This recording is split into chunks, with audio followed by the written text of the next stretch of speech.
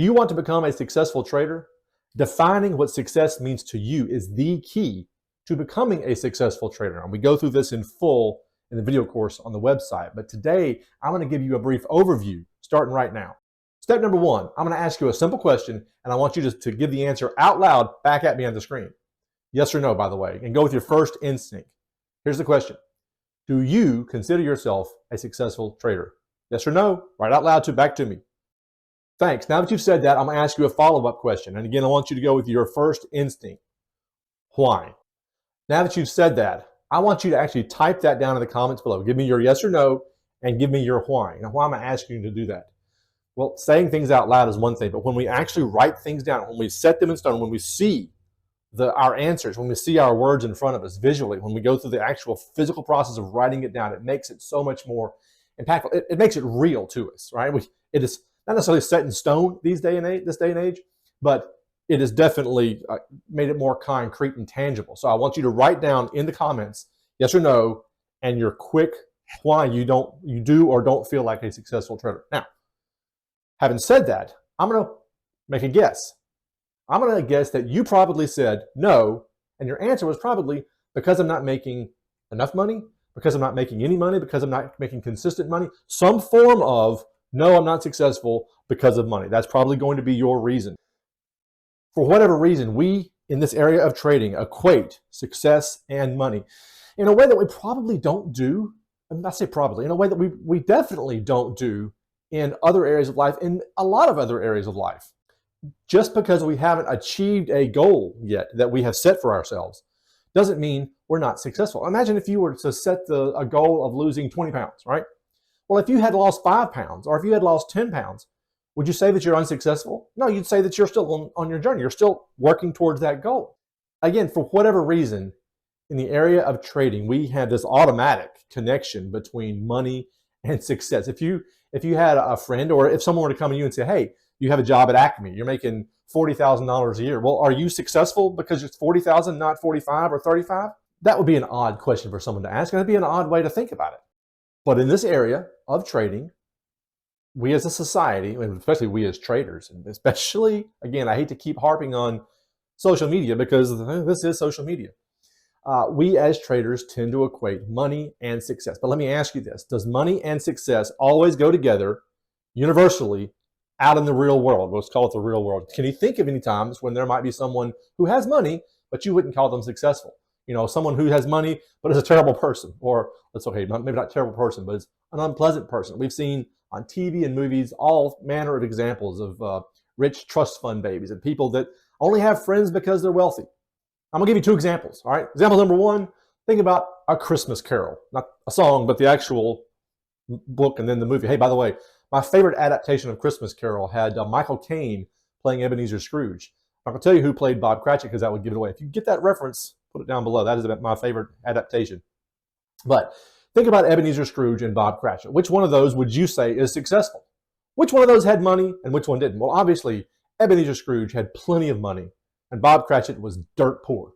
But which one is the entire purpose of the book/movie telling us is more successful? Well, obviously, it's not Scrooge. In this case, success doesn't equal money, all right? Money doesn't equal success.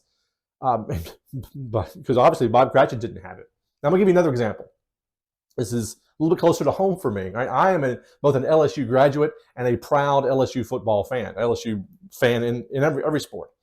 From 2000 until 2020, LSU football didn't have a single losing season. And we had 3 national championships during that time period. So you think, okay, we had 3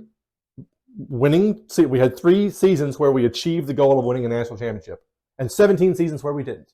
Would you say that the other 17 seasons were unsuccessful?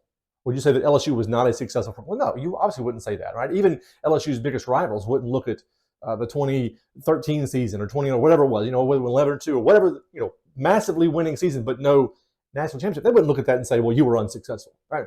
As much as I hate to give Alabama credit for anything, I recognize that the Nick Saban era, where he won 6, I can't remember how many national championships he won, but the years where he didn't win, he was still a successful program. So we have all of these other areas of life. In fact, almost every other area of life, where we don't equate actual dollar sign and zeros in our account with success. So we have all these examples of various areas of life where we don't equate success with achieving the one specific goal. Let's bring this back to trading. In this video here, we talked about changing the way you refer to your individual trades, no longer calling them wins and losses, but calling them profitable and unprofitable. And in that video, we talked about how defining success for an individual trade is whether or not you followed your trade plan, whether or not you followed your rules, not whether it made you money or lost you money. So we've shown that success has nothing to do with money in an individual trade. So why is it so binary? I was going to say, why is it so binary in trading as a whole? But is it really actually about a number? Because where do you pick that number? So, okay, if I made $100 or $1,000 or $1 million, does that make me successful? Well, what are we talking about? $100 a year, $100 an hour, $100 somewhere in between? Is that $100 off of a $100 account? Is that $100 off of $1 million account? See what I'm saying? So everything is so relative. I'd say, okay, fine. Everybody's account size is different. Let's go with return, average return. All right, so making 5% a day, a month, a year, just that one time, and then next year you're working consistent. When you define success by something as arbitrary as a number, where do you go to pick that one number? If this is you, if you are defining success based off of a number, then I would remind you of the words of that famous philosopher Akbar from a long time ago. It's a trap.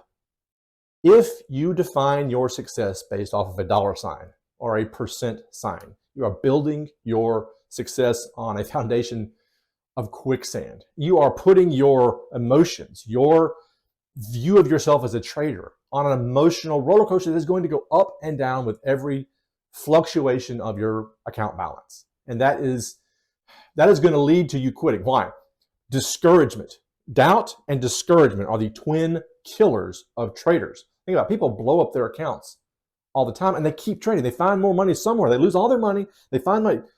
The famous book about Jesse Livermore, Confessions of a Stock Operator, talks about how he blew up. He lost all of his money 3 or 4 or 5 times and kept going. So losing your money doesn't kill you as a trader. Losing your money doesn't make you quit. Discouragement is what makes you quit, and nothing will make you more discouraged than having an unrealistic idea of what success means to you and then never being able to achieve it. That's what unrealistic means. So then, how can we define success if we're not talking about money? Well, in the last video, we talked about the success formula for trading, and there were 3 elements that we control: discipline, strategy, and capital. One element that we didn't control, which is time, and those added up, or one was multiplied, to equal success.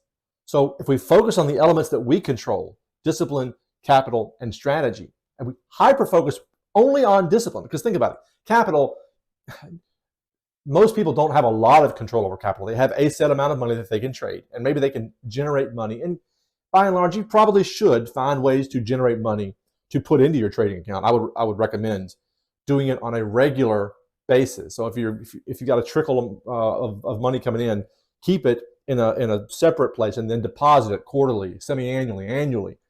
So capital is not something that we're going to think about much. Strategy. Yes, we do control strategy. But once you have spent the time to create a strategy or find a strategy, you back tested it, you have placed your faith in it because you know what it's going to do. Don't think about this very much. Now, doesn't mean don't think about it ever. I would recommend that if you are a swing trader, that you look at your strategy once a year. You open that box up, you back test it again. You look at the last year's trades, you back test this strategy, you make sure that you're back testing and your live results meshed up, right? So that proves that you weren't the problem. Go back and optimize that year. Take a look at if you could tweak this setting or that setting. What would it have looked like? And then maybe you make some changes to it. Maybe you don't. Close it up again for another year. If you're a day trader, why don't you do this once a quarter, right? So capital and strategy, we do look at every so often, but for the most part, we box those up, put them away, and we spend all of our time hyper-focused on discipline. Now, I want you to take your focus off of your account balance, off of your profit and loss. If there's any way at all possible on your trading platform or your website or whatever it is that you can find a way to turn off that column where you don't even see it, that would be of a tremendous help. But I want you to focus only on discipline. Day by day, hour by hour, minute by minute, whatever your trading style happens to be, focus on discipline. Why? Well, if we take capital out, we take strategy out, what are we left with?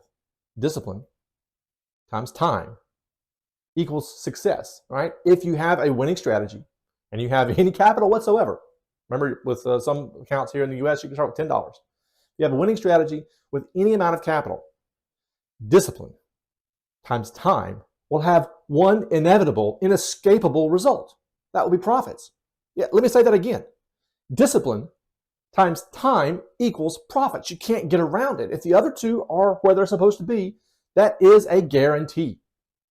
So then what am I saying? Am I saying that if you are a disciplined trader, you are a successful trader? Yes, exactly. That is what I am saying.